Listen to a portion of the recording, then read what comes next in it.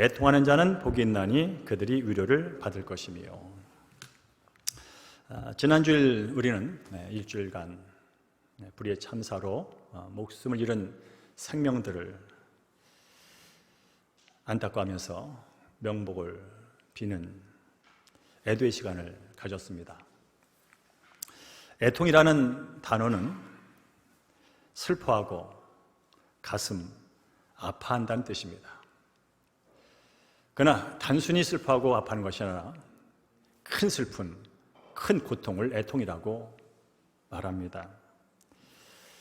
저도 지난주 한 주간을 보내면서 많은 생각을 하게 됐습니다. 그런 가운데 글을 하나 쓰게 됐는데요. 우리 함께 읽어보고 말씀을 계속 이어가겠습니다. 함께 읽어가 시작. 바람 따라 갔는데 흐름 따라 걸었는데 싸늘한 주검되어 비통의 먹구름 오일의 폭우로 온 땅 뒤덮은 슬픔이요 거친 밀림에 넘어지고 무거운 압박에 숨막힌 순간 사랑하는 가족들 얼굴이 하나 둘 비켜달라 살려달라 외쳤건만 공허한 메아리 되어 공포만 가득 끝내 일어나지 못한 채 파란 가을 하늘 별이 되어 고통 안고 아픔 남기고 떠난 사랑하는 아들이여 딸이여 친구여. 뒤에도 좀 길긴 하지만 여러분께 제 지난주와 일주간의 마음을 전해드렸습니다. 슬픔 중에 큰 슬픔, 고통 중에 큰 고통인 애통. 그래서 저는 이 애통이라는 단어 성경에 어떻게 나와 있을까, 어떤 상황에서 애통이라는 단어를 쓰였을까를 찾아봤습니다. 그랬더니 여러분이 예상한 것처럼 사랑하는 사람을 잃었을 때 애통이라는 단어가 계속 등장을 했습니다. 창세기 23장 2절에 보면 아브라함이 아내 사라의 죽음 앞에서 슬퍼하며 애통했습니다. 한평생 굳은 날 좋은 날 있으나 없으나 함께했던 그 아내의 죽음 앞에 남편 아브라함은 그야말로 슬픔에 젖어 고통스럽게 애통했습니다. 그런가 하면 창세기 37장 34절에 보면 야곱이 그 아들 가운데 가장 사랑했던 아들 요셉이 짐승에게 잡혀 죽었다는 소리를 들었을 때 자기 옷을 찢고 굵은 배로 허리를 묶고 오래도록 요셉을 위해 애통했다고 적혀 있습니다. 다른 자녀들이 와서 아들이 와서 아버지 하면서 위로했지만 야곱은 그 다른 아들들의 위로를 받지 않았답니다. 마치 지옥에 있는 것 같은 마음으로 고통스러워하며 오랫동안 울었다라고 성경에 기록되어 있습니다. 그렇습니다. 사랑하는 사람을 갑자기 잃게 되는 일, 슬프고 고통스러운 일이 아닐 수가 없습니다. 지난 10월 29일 이태원 참사로 인해서 갑자기 세상을 떠난 영혼들의 부모님들과 가족들의 애통함은 이루 말할 수 없는, 표현할 수 없는 슬픔이요 고통이 분명합니다. 뿐만 아니라 선지자 예레미야는 사랑하는 조국이 바벨론에서 망해갈 때 그는 이렇게 탄식을 했습니다. 내 눈이 눈물에 상하며 내 창자가 끊어지며 내 간이 땅에 쏟아졌으니 이는 딸 내 백성이 패망하여 라고 애통했습니다. 얼마나 울었길래 눈이 상했답니다. 얼마나 고통스럽길래 창자가 끊어지는 고통을 느꼈답니다. 아니 오장육부 내장이 다 쏟아지는 그런 애통을 예레미야는 사랑하는 조국의 멸망 앞에 그렇게 느꼈다고 말합니다. 얼마나 고통스럽고 슬픈 이야기인지 알 수 없습니다. 사실 우리 모든 사람들은 이런 고통의 이야기를 듣기를 원하지 않습니다. 애통의 삶이 나에게 일어나지를 원하지 않습니다. 그러나 조금 더 생각해보면 우리 인류의 역사가 애통의 역사라는 사실을 부인할 수가 없습니다. 아담과 하와가 하나님의 말씀을 거역하고 에덴 동산에 쫓겨날 때 그들의 마음이 어땠을까요? 애통 그 자체였을 겁니다. 쫓겨난 삶을 살다 보는데 첫째 아들 가인이 둘째 아들 아벨을 쳐 죽입니다. 그걸 바라보는 아담과 하와 엄마 아버지의 마음이 어땠을까요? 애통 그 자체입니다. 그 애통의 역사는 흘러 지금까지 수많은 전쟁과 수많은 죽음과 수많은 아픔 앞에 오늘을 맞이하게 됐고, 어쩌면 이 애통의 역사는 주님 오실 때까지 계속 될 것이 분명합니다. 우리의 작은 짧은 인생을 돌아봐도 우리는 수많은 애통을 경험했습니다.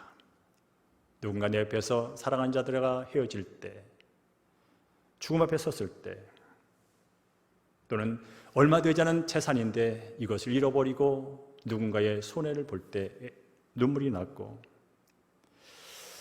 이렇게 좋은 관계 유지했으면 좋겠는데 하는 마음을 갖고 하는데 어느 날 배신을 당하고 그 관계가 깨질 때마다 우리는 고통스러워했습니다. 그런가 하면 심한 질병이 찾아와서 이러지도 저러지 못하는 그런 애통, 누군가의 말 한마디에 상처를 받아서 원통하고 분해서 애통, 열심히 최선을 다하여 노력하지만 손에 쥐어지는 것이 없고 되는 일이 하나도 없어서 애통, 더 나아가 아직 오지도 않은 일들을 염려하고 걱정하면서 두려운 마음 때문에 애통하는 그리의 삶들. 그러니 우리의 삶이 애통하게 만드는 것이 한두 가지가 아니라는 것을 알게 됩니다. 성도님, 요즘 그저 눈에 보이는 어떤 참사 때문이 아니라 개인적인 삶 가운데 어떤 일로 인해서 슬프고 고통스러워 애통하고 계십니까? 오늘 함께 읽은 마태복음 5장 4절은 이렇게 말합니다. 애통하는 자는 복이 있나니 그들이 위로를 받을 것이다 라고 말씀합니다. 사실 애통 자체가 복이 될 수는 없습니다. 왜냐하면 애통은 슬픔입니다. 어떻게 슬픔이 복이 되겠습니까? 애통은 고통입니다. 어떻게 고통이 복이 되겠습니까? 만약 누군가 자식을 잃고 슬퍼하는 사람에게 찾아와서 성경에 있는데 말이야, 애통하는 게 복이래.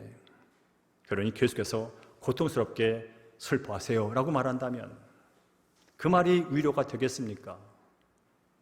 그 사람에게 또 상처의 고통의 못을 박는 것이지요. 아마 그렇게 말한 사람이 있다면 비난받아 마땅할 것입니다. 아니, 돌을 맞아도 할 말이 없을 것 같습니다. 그런데 이 말씀을 예수님이 하셨다는 것입니다. 애통하는 자는 복이 있나니 라고 예수님이 하셨다는 것입니다.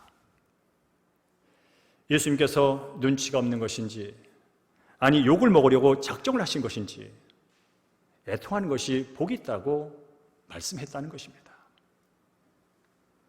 그럼 여기서 우리는 다시 이런 질문을 할 수밖에 없습니다. 모두가 싫어하고 복이 아니라고 여기는 그것을 왜 예수님은 복이라고 말했을까? 예수님께서 말씀하신 그 애통의 진정한 의미는 무엇일까? 무엇을 애통하는 것이 복이라고 말한 것일까? 라는 질문을 하게 되는 것이죠. 애통하는 자는 복이 있나니 그들이 위로를 받을 것이며 라는 말씀을 제가 계속 되뇌다가 그런 깨달음을 갖게 됐습니다. 그렇구나. 예수님이 말씀하신 이 애통은 그저 눈에 보이는 현상 때문에 느끼는 그 감정을 넘어서 그 애통을 하게 만드는 그 뿌리, 그 근원에 대하여 슬퍼하는 애통이구나. 그래서 오늘 설교 제목이 무겁긴 하지만 그렇게 나온 거예요. 요한복음 11장에 보면 여러분 아신 것처럼 나사로의 죽음 사건이 있습니다. 나사로이 죽어서 무덤에 갇히고 죽은 지 나흘이 됐습니다. 그 무덤 앞에서 많은 사람들이 슬퍼하며 호곡하며 애곡하며 웁니다. 그 장면을 봤던 그 자리에 계신 예수님께서도 그것을 보며 비통해하셨다, 눈물을 흘렸다라는 말씀이 나옵니다. 근데 아십니까? 잠시 후에 예수님께서 그 나사로를 살리신다는 사실을, 그 얘기는 예수님 입장에서 보면, 죽은 자를 살리시는 예수의 입장에 보면 그는 그렇게 슬픈 일이 아닐 수 있어요. 왜? 지금 살리면 되니까. 아니, 몇 분 후에 살아날 거니까. 그렇다면 예수님께서 비통해하시고 슬퍼하시고 애통하신 것은 단순히 사람이 느끼는 것처럼 어떤 사람의 죽음, 그 죽음 자체 때문에 비통해하고 우신 게 아니라는 사실을 생각할 수 있게 되는 것이죠. 그렇습니다. 예수님의 비통과 눈물은 바로 죽음을 가져온 그 근본의 원인인 죄, 사탄 마귀의 어둠의 권세를 바라보면서 분노하셨고, 무엇보다 죽음 앞에, 죽음이라는 재앙 앞에 속수무책으로 울는 것밖에 할 수 없는 그런 사람들을 보면서 애통해한 거예요.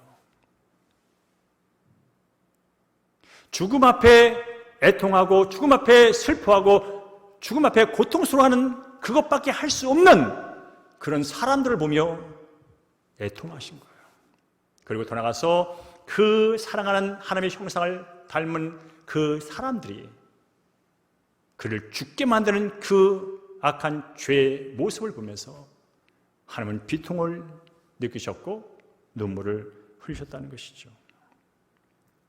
그러니까 더 쉽게 말하면 예수님의 애통은 사람들이 당면한 눈에 보이는 그런 현상을 공감했을 뿐 아니라 사람을 애통하게 만드는 그 근본적인 원인에 대해서 예수님이 애통했다는 거예요.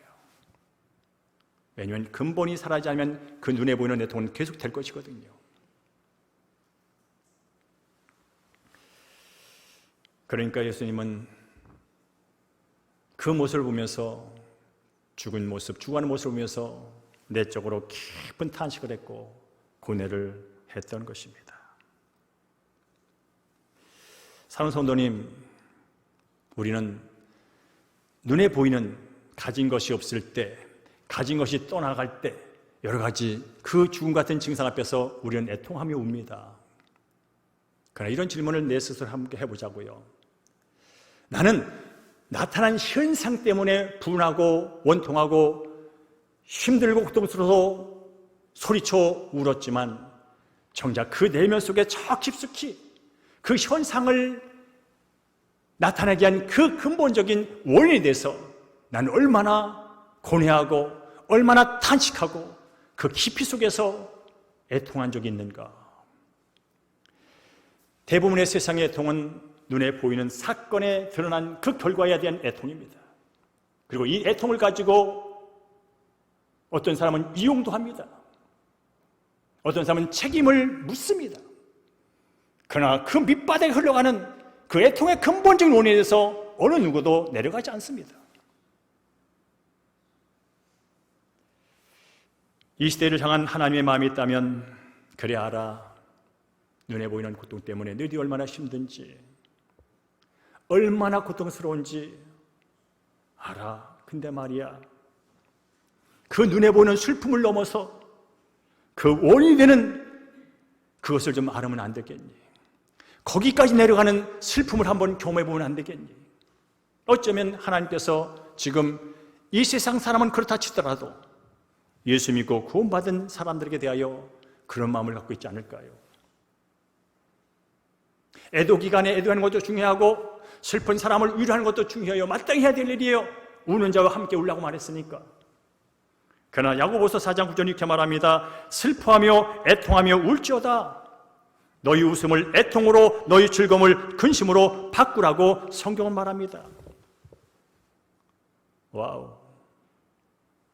슬픔을 기쁨으로 바꿔주시고 죽음을 생명으로 바꾸신 그분께서 야고보서에서 이렇게 말합니다.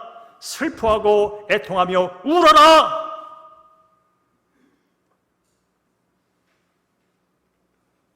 겉에 보이는 현상만 갖고 울지 말고 그 밑바닥에 흐르는 것을 보면서 죄를 바라보면서 회개하며 울어라.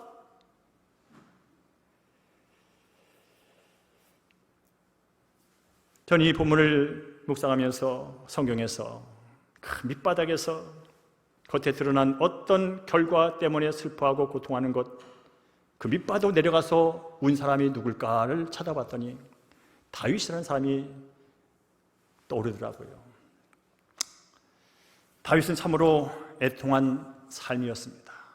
왕이기 때문에 왕관을 쓴 다윗 이전에 그는 참으로 애통한 삶이었습니다.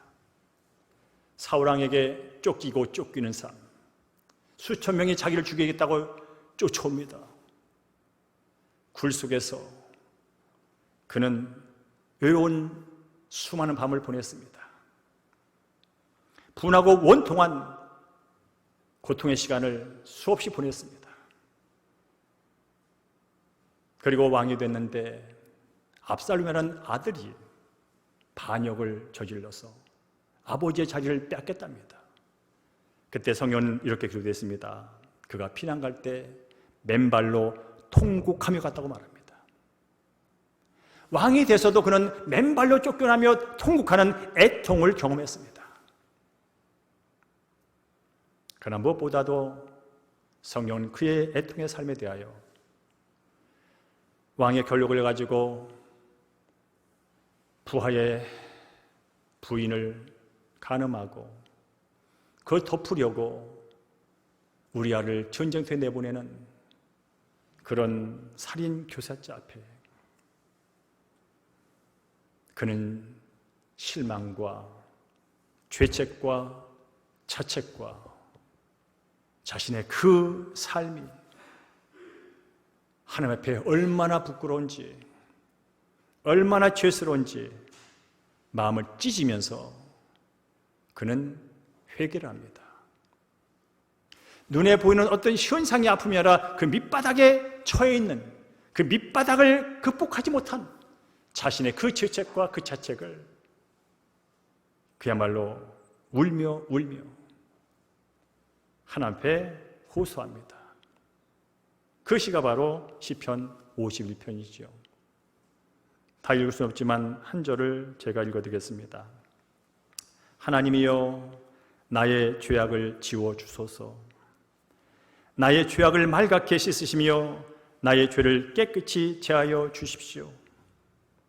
하나님이여 내 속에 정한 마음을 창조하시고 내 안에 정직한 영을 새롭게 하소서. 나를 주 앞에서 쫓아내지 마소서 하면서 절규하며 가슴을 찢으며 예레미야가 말한 것처럼 눈물 때문에 눈이 상할 정도로 창자의 고통을 느끼며 그는 그렇게 애통하며 눈물로 기도했습니다.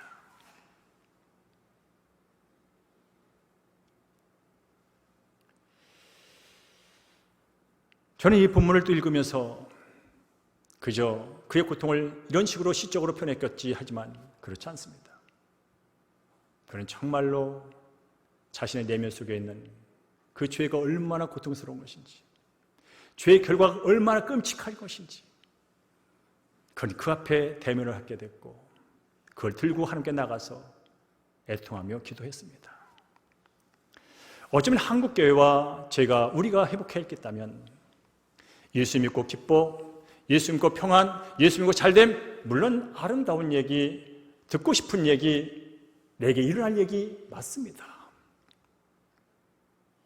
그러나 어쩌면 이 시간, 이 시대에 예수 믿으면 잘 돼, 예수 믿으면 건강, 예수 믿으면 축복, 그것 이전에 여전히 내 내면 속에 흐르고 있는 그 죄성, 여전히 이 세상을 다스리고 있는 그 악의 세력, 그 어두움을 바라보면서 애통하는 한국교회, 애통하는 목사, 애통하는 성도가 지금 필요하지 않을까요?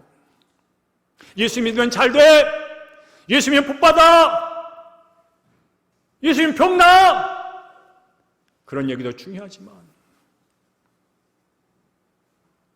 그렇게 기도하고 돌아가도 여전히 내 속이 시원치 않고 그걸 위하여 열심히 교회 봉사해도 내 속이 편치 않는 그런 신앙을 이제 벗어야 되지 않겠습니까?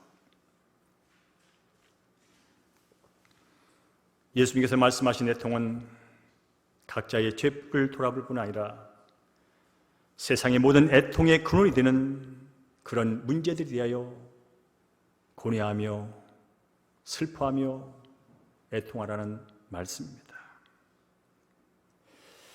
왜냐하면 죄로 물든 세속적인 사상과 문화의 풍습을 통해서 악이 들어오고 그 악 속에서 사람들은 갈등하고 분열하고 그 결과로 질병과 죽음의 증상, 죽음을 맞이함으로 우리가 슬픔을 겪고 있는 것이라면 예수님이 이렇게 말씀한 겁니다. 그동안 인류의 역사를 보거라. 애통의 역사를 보거라. 전쟁과 살인과 갈등과 그것이 어디에서 기인된 것이냐. 인간 내면 속에는 자기 이기적인 탐욕, 죄 때문이 아니냐.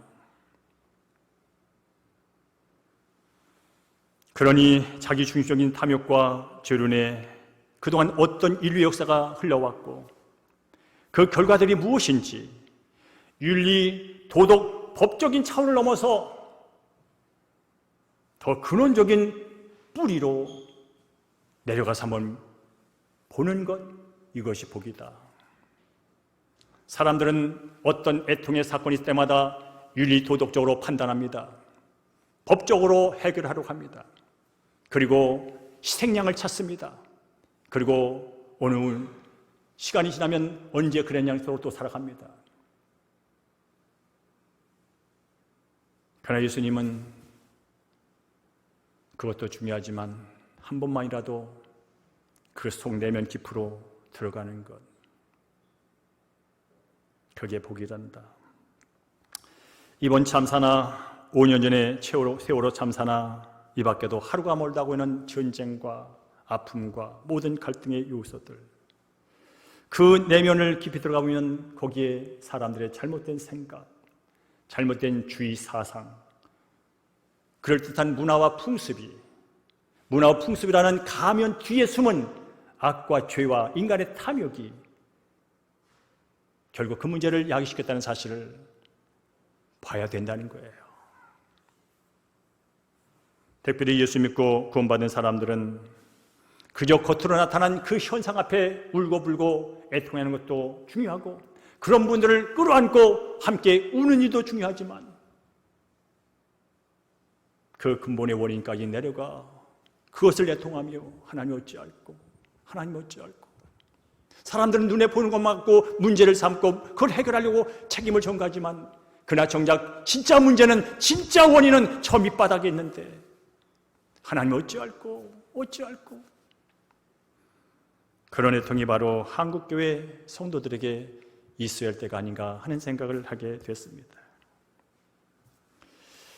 요즘 우리 주변에 애통케 하는 일들이 많이 벌어집니다. 우크라이나에서의 전쟁, 우리는 지금 그 현장이 없기 때문에 그 고통을 이해하지 못합니다. 1,500명 이상의 난민들, 가졌던 집과 재산을 다 잃어버리고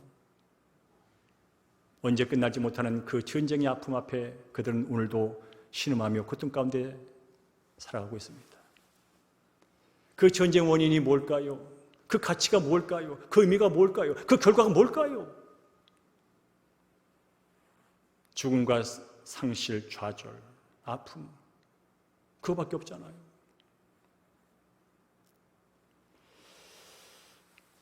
지금 우리 주변은 양극화 심각합니다.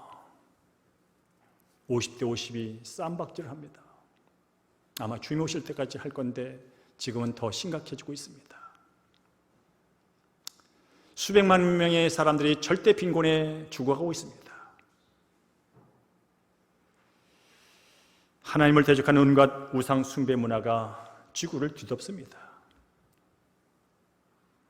자유와 평등이라는 명목 아래 하나님께서 만드신 창조 질서와 가정을 파괴하는 법이 이제 한국까지 제정되려고 하는 상황까지 왔고요. 술을 먹어도 안 되고 춤을 춰도 안 되고 돈을 가져도 안 되고 멋있는 걸 봐도 안 되고 많이 먹어도 안 되니까 결국 마약까지 하는 그런 일이 이 나라도 이제 유의할 수 없는 마약 중독의 시대가 이 나라에 우리 청소년들 앞에 다가와 있습니다.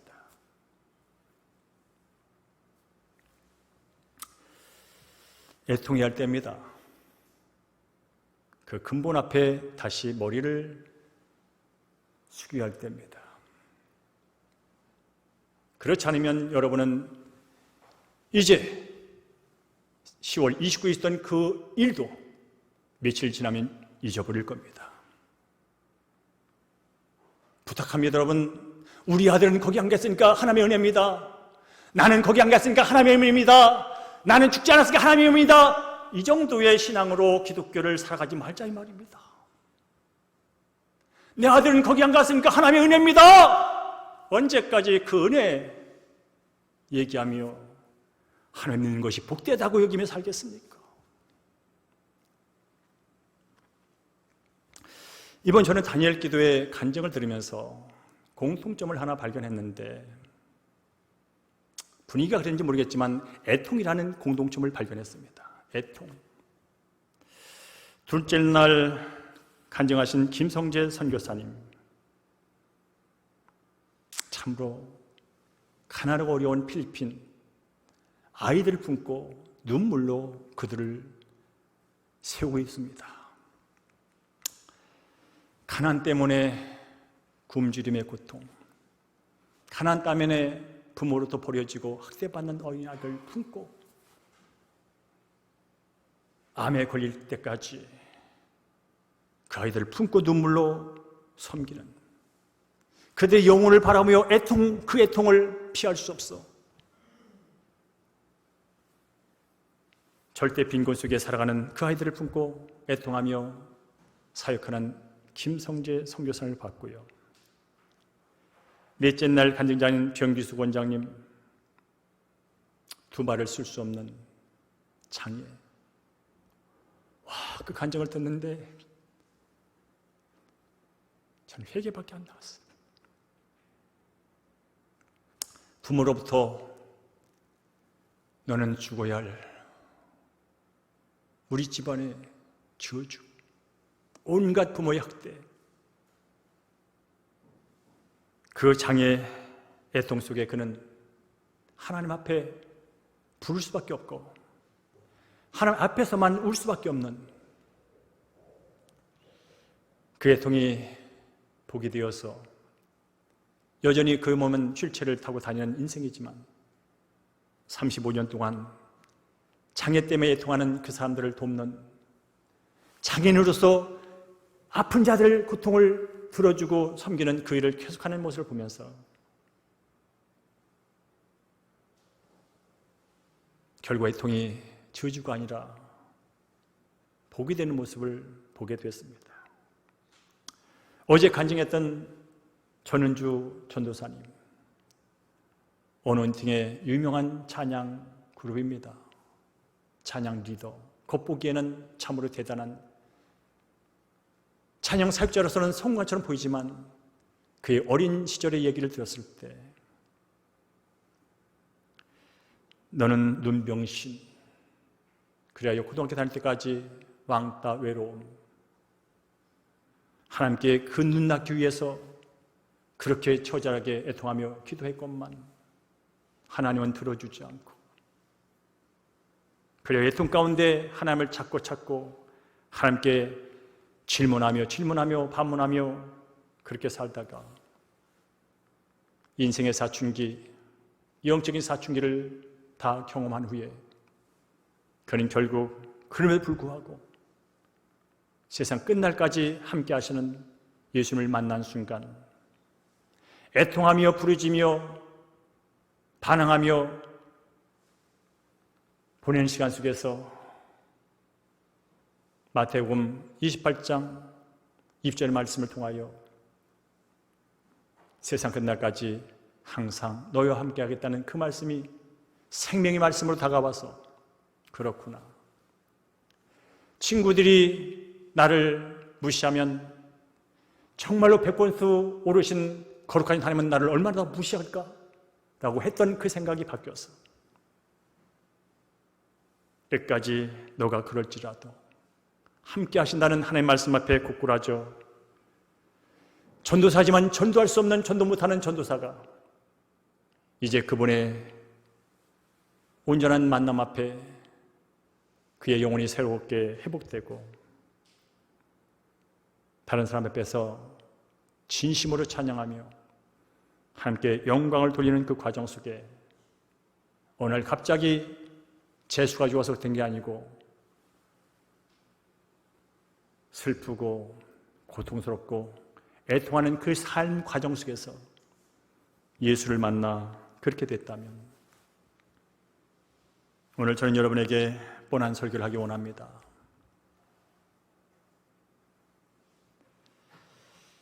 누군가 갑자기 세상을 떠나 슬픈 것 우리 함께 울어줘야 합니다. 아니 가슴 아픕니다. 그러나 그 사람이 그 영혼이 이 땅에서도의 슬픔을 갖고 영원한 슬픔이 있는 곳, 영원한 고통이 있는 곳, 그곳으로 그 영혼이 가게 됐다면 어쩌면 지금 만난 그 죽음의 고통, 그보다 더 큰 고통으로 내려간 것을 내가 정말 믿음으로 사랑의 마음으로 바라본다면 그런 사람이 이제 내 주변에 다 거일 텐데 저와 여러분은 무엇을 해야 되겠습니까?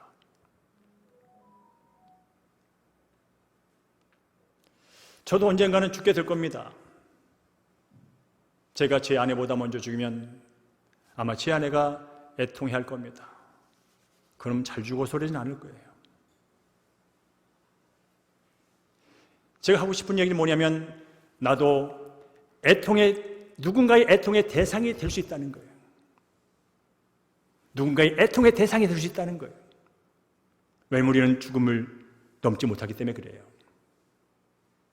그러나 그 애통의 대상으로서만 머무르는 것이 아니라 지금은 슬프지만 그러나 저 영혼은 영원히 애통이 없는 곳으로 갔어 라고 하는 그 삶이 내게 있다면 지금은 내 아내의 죽음, 내 자녀의 죽음이 애통스럽지만 정말 고통스러워서 잠을 못 자지만 원하고 부통해서 잠이 안 오지만 그래도 내 사랑하는 자가 영원히 고통 없는 곳으로 갔어 라는 그것이 내 삶 가운데 실제라면 그것이 위로가 되지 않겠습니까?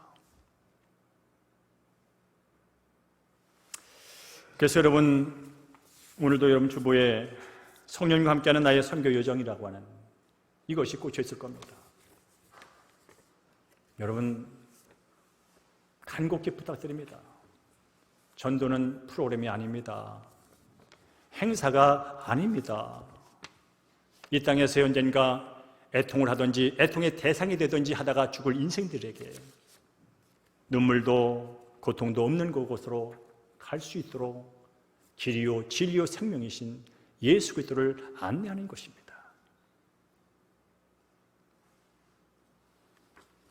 여러분, 내 아들이 시험에 떨어져서 얼마나 슬프십니까? 내 아들이 직장에 잘 되지 않아 얼마나 아프십니까? 내 아들이 지금 질병에 걸려 얼마나 고통스럽습니까? 그런데 그 아들이, 그 딸이 영원한 불못에 떨어지는 그 운명 앞에 처해 있다면, 그게 사실이라면, 그 사실 앞에 내 마음이 애통하지 않다면 도대체 내가 믿는 하나님은 누구이며 내가 바라보는 천국은 무엇이며 오늘 내가 예배하는 이 예배는 도대체 뭐란 말입니까?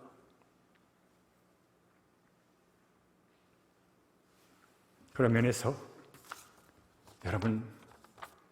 여러분의 가족이든 이웃이든 그 영혼이 애통의 대상이 되든 애통을 해야 죽을 인생이든 간에 영원히 애통이 없는 곳으로 가기를 원하신다면, 그것이 여러분의 믿는 믿음이라면 누군가 이름이 떠오르지 않겠습니까?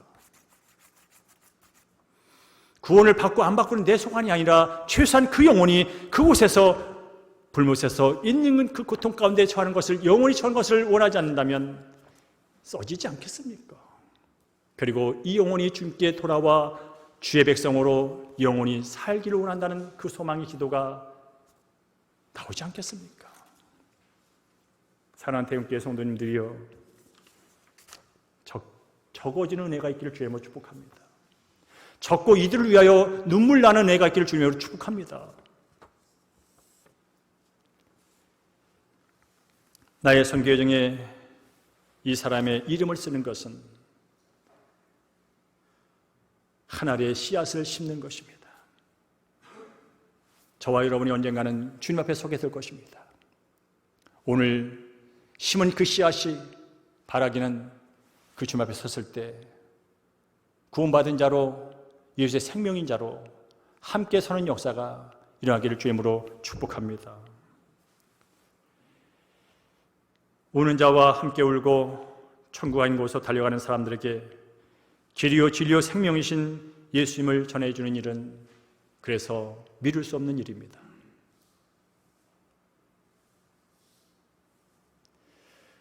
오늘 나의 선교여정을 통해 내가 흘린 눈물과 뿌린 복음의 씨앗은 나 자신은 물론 가족과 이웃을 살리는 구원의 역사가 될 것입니다.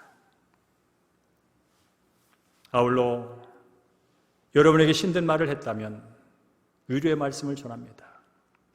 애통하는 자는 복이 있나니 그들이 위로를 받을 거라고 예수님은 말씀합니다. 죄인이 위로받는 것은 용서를 받는 것입니다. 하나님의 백성이 위로를 받는 것은 하나님이 약속하신 복을 경험하는 것입니다. 특별히 예수님께서는 이 땅에 계시다가 승천하실 때 성령님이 오실 것을 말씀해 주셨고 위로자 되신 성령님이 우리 안에 사실 것을 말씀해 주셨습니다. 그렇다면 지금 이 순간도 이 시간도 위로의 성령 하나님께서 우리 사랑하는 성도님을 위로하고 계신 줄로 믿습니다. 그리고 앞으로 살아갈 때 애통의 순간 창자가 끊어지는 그 순간에도 여전히 위로하는 하나님께서 여러분의 마음을 붙들고 계실 줄로 믿습니다. 예수님은 죄로 상하고 죽음의 권세 아래에서 애통해하며 죽어가는 사람들을 고치고 구원하기 위해서 이 땅에 오셨습니다. 그리고 십자가에 대신 죽음으로 용서와 평안과 영혼의 영생의 길을 마련해 놓으셨습니다.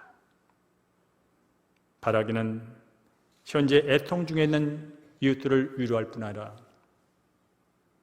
애통 중에 있는 그 이웃이 영원히 애통이 없는 곳으로 갈 수 있도록 우리의 마음과 우리의 가진 것과 예수의 생명의 복음을 나누는 저 여러분 되기를 주님으로 축복합니다. 다만 주간도 주님 은혜 없이는 살 수 없어라는 마음을 갖고 영원히 애통 없는 천국을 바라보시면서 슬픔에 빠진 이웃들을 위로하고 복음을 전하시는 여러분 되기를 주의 이름으로 간절히 축원합니다.